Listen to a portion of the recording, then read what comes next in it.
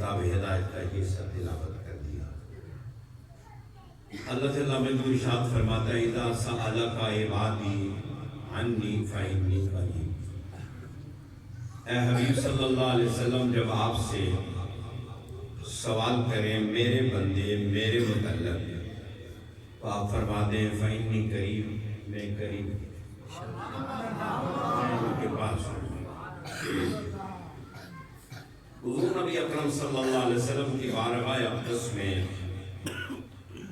کچھ لوگ آئے، صحابہ آئے اور انہوں نے عرض کی کہ الہ العالمین کے پیارے حبیب محمد مصطفیٰ صلی اللہ علیہ وسلم یہ ارشاد فرمائیے کہ این ربنا، ہمارا رب کہاں ہے؟ ہم اپنے رب کو پانا چاہتے ہیں، ہم اپنے رب کو دیکھنا چاہتے ہیں، ہمارا رب کہاں ہے اور کہاں رہتا ہے؟ اللہ تعالیٰ نے یہ آیت حضور کے قلب اطہر پر نازل کی، فرمایا محبوبہ اذا سألک عبادی عنی فإنی قریب، یہ میرے بندے جب آپ سے آ کر میرے متعلق پوچھتے ہیں کہ رب کدھر ہے، ان کو کہہ دے دور جانے کی ضرورت نہیں ہے، میں تمہارے قریب ہوں، میں تمہارے قریب ہوں۔ ایک دوسرا قول کہ کچھ صحابہ نے کہا یا رسول اللہ صلی اللہ علیہ وسلم کیف ندعو اللہ تعالی، ہم اللہ کو کیسے پکاریں؟ اونچی آواز سے پکاریں یا آہستہ آواز سے پکاریں؟ رب سے مانگیں تو کیسے مانگیں؟ میرے مصطفیٰ کریم علیہ السلام نے کہا رب کہتا ہے اذا سألک عبادی عنی فإنی قریب، تم جب بھی مجھے پکارو، تمہاری مرضی آئے تو اونچی آواز سے پکار لو، تمہارا دل چاہے تو آہستہ آواز میں پکار لو، اور اگر تمہارے من میں آئے نہ آواز نکالو اونچی اور نہ آہستہ، اور دھیان دل کی طرف لے جاؤ، فإنی قریب، میں تو تمہارے پاس ہی ہوتا ہوں، میں تو تمہارے قریب ہوں، میں تمہارے نزدیک ہوں۔ کچھ صحابہ آئے، انہوں نے عرض کی یا رسول اللہ صلی اللہ علیہ وسلم فی ای ساعۃ ندعو اللہ تعالی، ہم اللہ کو کس گھڑی میں پکاریں؟ رات کو پکاریں کہ وہ سن لیں یا دن کو پکاریں تو قبول کر لیں؟ پچھلے پہر کو اٹھ کے مانگیں یا دن کے چاشت اور اشراق کے وقت میں مانگیں؟ کوئی ایسی گھڑی اور ساعت بھی ہے کہ جس گھڑی اور ساعت میں ہم رب کو بلائیں اور وہ ہماری بات پر جواب دے دے؟ رب کائنات نے کہا محبوبہ انہیں بھی سنا دے اذا سألک عبادی عنی فإنی قریب، یہ کہتے ہیں کہ کس وقت پکاریں؟ کہو میں تو ہر وقت ان کے پاس ہوتا ہوں، جب چاہو مجھے پکار لو، رات کو پکارو تو پھر بھی سنتا ہوں، دن کو پکارو تو پھر بھی سنتا ہوں، صبح کہو تو پھر بھی سنتا ہوں، شام مانگو تو پھر بھی عطا کرتا ہوں۔ اذا سألک عبادی عنی فإنی قریب، یہ جب آپ سے آ کر سوال کریں میرے متعلق تو کہہ دیجئے میں ان کے قریب ہوں، میں ان کے پاس ہوں، میں ان کے پاس ہوں۔ اللہ ہے تو ہمارے پاس ہے، اللہ ہمارے قریب ہے۔ نحن اقرب الیہ من حبل الورید، اور قریب بھی اتنا ہے، وہ کہتا ہے تمہاری رگ جان تمہارے اتنی قریب نہیں ہے کہ میں اس سے بھی تمہارے زیادہ قریب ہوں۔ ہر بندے کے اللہ قریب ہے، لیکن سنو ہر بندہ اللہ کے قریب نہیں ہے۔ اللہ ہر بندے کے قریب ہے، لیکن ہر بندہ رب کے قریب نہیں ہے۔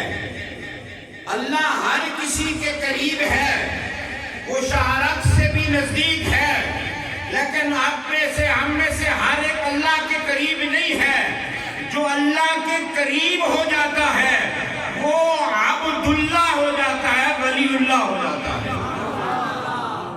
وَإِذَا سَأَلَكَ عِبَادِي، اور جب آپ سے حبیب یہ سوال کریں عبادی، میرے بندے، میرے بندے، پتہ یہ چلا کہ حضور کے صحابہ جب بھی حضور کی بارگاہ میں آتے تو وہ سوال اللہ کے متعلق کرتے تھے،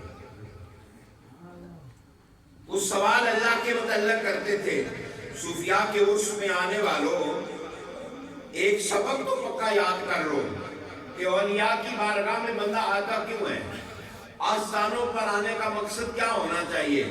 اولیاء کے پاس آنے کا مقصد کیا ہونا چاہیے؟ درباروں میں آنا کس لیے چاہیے؟ یہ قرآن کی آیت یہ نقطہ سمجھا رہی ہے کہ جو مصطفیٰ کے غلام تھے وہ جب آستان نبوت پر آتے تھے تو وہ آ کر یہ سوال کرتے تھے کہ یا رسول اللہ ہمارا رب کہاں ہے؟ ہم رب کو کیسے پائیں؟ ہم رب کو کیسے پکاریں؟ ہم رب کو کیسے یاد کریں؟ کوئی ایسا وظیفہ بتا دو جس سے ہمیں ہمارے رب کا پتہ چل جائے۔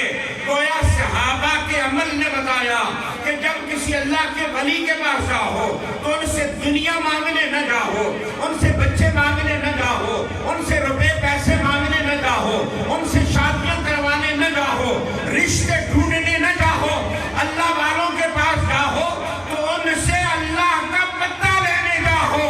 جب اللہ کا پتہ لینے جاؤ گے بڑی چیز مل جائے گی۔ یہ دنیا تو ان کے پاؤں کی ٹھوکر ہے، دنیا خود بہت تمہیں اللہ عطا فرما دے گا۔ اذا سألک عبادی، جب آپ سے سوال کریں تو اولیاء کے پاس بڑا مقصد لے کے آنا چاہیے کہ خدا کیسے ملتا ہے۔ اس وقت اس پاک کی تقریب میں یہاں بیٹھے ہوئے بھی سینکڑوں لوگ ہیں اور باہر ملائیں تو ہزاروں کی تعداد میں ہو جائیں گے، لیکن ہم میں سے کتنے لوگ ہیں جو اس لیے آئے ہیں کہ ہم اللہ کا قرب پالیں؟ اللہ ماشاءاللہ تھوڑے لوگ ہوں گے، باقی زیادہ کا مقصد تو دنیا ہے۔ لیکن یاد رکھیے اللہ والوں کے پاس آؤ تو صرف اللہ کا پتہ ڈھونڈنے آؤ، اللہ کا قرب پانے آؤ، اللہ کی معرفت کا نور لینے کے لیے آؤ۔ وَإِذَا سَأَلَكَ عِبَادِي، جب آپ سے سوال کریں میرے بندے، اب یہاں پر رب نے کہا میرے بندے، میرے بندے، میرے بندے، عبادی، تو یہ عبادی کی جائے نسبت بتا رہی ہے۔ اللہ کا تو وہی پوچھیں گے جو اللہ کے بندے ہوں گے، اللہ کا وہی پوچھیں گے جو اللہ کے بندے ہوں گے۔ اب سوال پیدا ہوتا ہے اللہ کے بندے بندے کیسے ہیں تو سارے اللہ کے بندے، آپ سب اللہ کے بندے ہو کے نہیں؟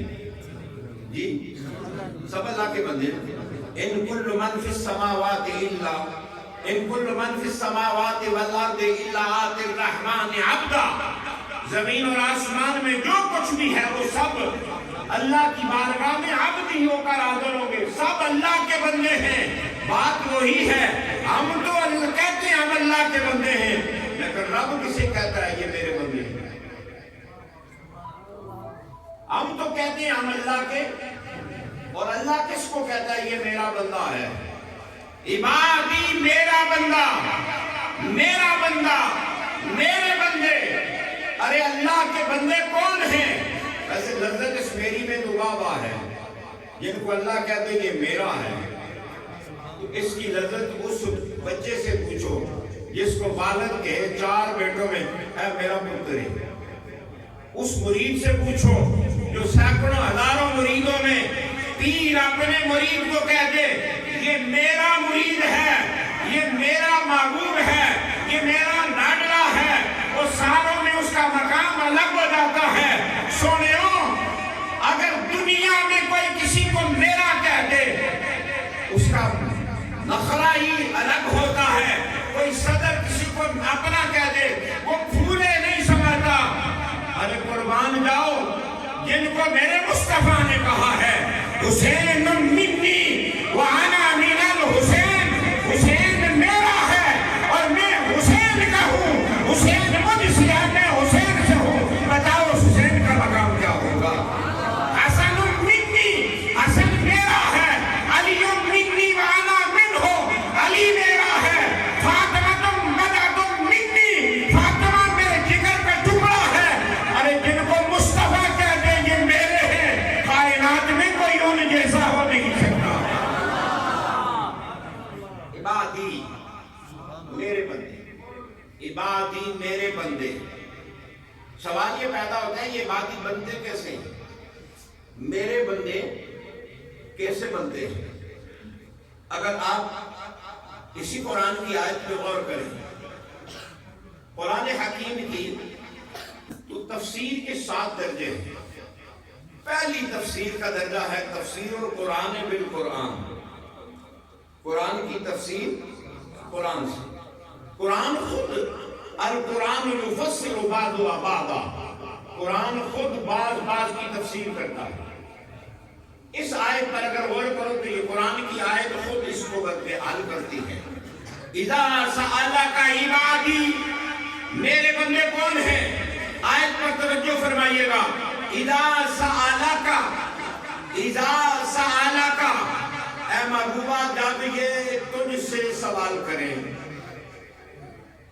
اے محبوبہ جب یہ تیرے پاس سوالی بن کر آئیں، اے محبوبہ جب یہ تیرے در پر گدا بن کر آئیں، سوال لے کر آئیں، تجھ سے نسبت سائلانہ اور نسبت گدایانہ قائم کر لیں، تجھے اپنا آقا مانے اور تیرے بارگاہ میں سوالی بن کر گدا بن کر حاضر ہو جائیں۔ رب کہتا ہے اذا سألک عبادی، یہ اذا سألک، یہ جب تیرے سوالی ہو جائیں گے، تیرے گدا ہو جائیں گے، تیرے بندے ہو جائیں گے، عبادی میرے بندے ہو جائیں گے، تو اس سے نسبت سائلانہ قائم کر لیں، تو اس سے نسبت گدایانہ قائم کر لیں، بس میرے بندے ہو جائیں گے۔ قرآن نے بتایا کہ بندہ اللہ کا وہ ہوتا ہے جو مصطفیٰ کے در کا سوالی ہوتا ہے، جو دہلیز مصطفیٰ پہ آتا ہے وہ خدا کا بندہ ہو جاتا ہے۔ بخدا خدا کا یہی ہے در، نہیں اور کوئی مفر مفر، جو وہاں سے ہو یہیں آ کے ہو، جو یہاں نہیں تو وہاں نہیں۔ اللہ نے کہا میرے بندے بندے ہو تو میرے مصطفیٰ کے دروازے پہ آؤ۔ وَلَوْ أَنَّهُمْ ظَلَمُوا أَنفُسَهُمْ جَاءُوكَ، اور صحابہ جب بھی کوئی کام پڑتا تو حضور کی دربار میں حاضر ہوتے۔ اِذَا سَأَلَكَ عِبَادِي، جب آپ کے سوالی ہو جائیں گے تو میرے بندے ہو جائیں گے۔ اِذَا سَأَلَكَ محبوبہ، یہ جب آپ کے سوالی ہو جائیں گے، گدایانہ نسبت آپ سے ہو جائے گی تو عبادی میرے بندے ہو جائیں گے، اور جب میرے بندے ہو جائیں گے تو فإنی قریب، میں ان کے ہی قریب ہوں، میں ان کے پاس ہوں، کہیں دور نہیں رہتا ہوں۔ میں نے شروع میں کہا تھا کہ اللہ تو ہر بندے کے قریب ہے، لیکن ہر بندہ اللہ کس کے قریب ہے؟ اور بندہ کون بندہ اللہ کے قریب ہے؟ وہ بندہ اللہ کے قریب ہوتا ہے جو مصطفیٰ کے قریب ہوتا ہے، جو دہلیز مصطفیٰ پر آجا ہے، جو مصطفیٰ کے آستان نور پر آجا ہے، بس وہ سمجھے وہ خدا کے قریب ہو گیا ہے۔ اس لیے کہ خدا کا کوئی آستانہ نہیں ہے، خدا کا کوئی دروازہ نہیں ہے، خدا کی کوئی دہلیز نہیں ہے، خدا کا کوئی مکان نہیں ہے، خدا کا کوئی گھر نہیں ہے۔ اللہ گھروں سے، مکانوں سے، مکین ہونے سے پاک ہے، جسم و جسمانیات سے پاک ہے، لیکن کبھی کسی کو عشق آئے کہ میں خدا کا در دیکھ لوں تو رب نے کہا کہ میرا در دیکھنا ہے، میں تو در سے پاک ہوں، بس میں نے مصطفیٰ بھیج دیے ہیں، ان کے در پہ آ جاؤ، یہی سمجھ لینا کہ خدا کے در پہ آ گئے ہو۔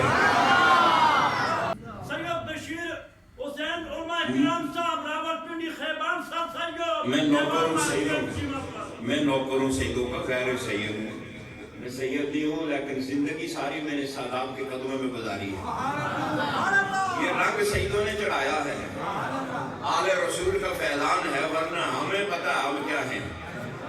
مجھے پتہ ہے کہ میں کیا ہوں، لیکن میری شادی کا مجھ پر کرم ہے۔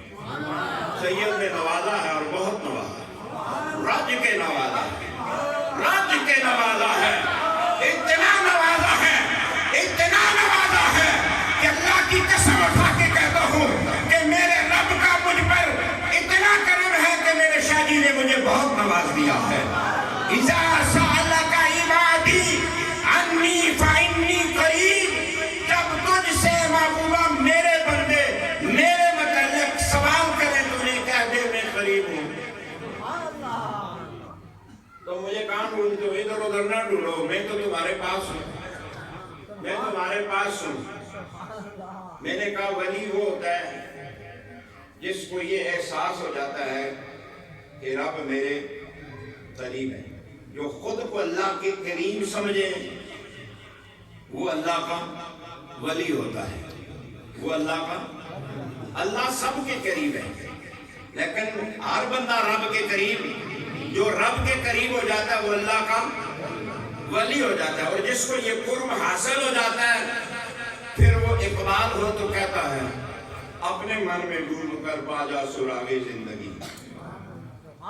اپنے من میں ڈوب کر پا جا سراغ زندگی، میرا نہیں بنتا تو نہ بن، اپنا تو بن. وَفِي أَنفُسِكُمْ أَفَلَا تُبْصِرُونَ، اور وہ تو تمہارے نفسوں کے جانوں میں موجود ہے، کیوں نہیں دیکھتے ہو؟ أَفَلَا تُبْصِرُونَ، تم دیکھتے کیوں نہیں ہو؟ وہ تو تمہارے اندر ہے. میں نے کہا یہ کمال رب کے قریب ہوا تو اس نے کہا اپنے من میں ڈوب کر پا جا سراغ زندگی، میرا نہیں بنتا تو نہ بن، اپنا تو بن. جب محبوب کا ہو جائے گا تو رب مل جائے گا. آخری بات 2 بج گئے. رومی کشمیر نے بات نزدیک کر کے سمجھائی اور نقشبندیوں کے مزاج کے مطابق سمجھا. یہ آستانہ عالیہ نقشبندیہ ہے، مولا شریف کا فیضان ہے. یہ کئیاں شریف سے آیا اور پوری دنیا میں رنگ لگایا ہے.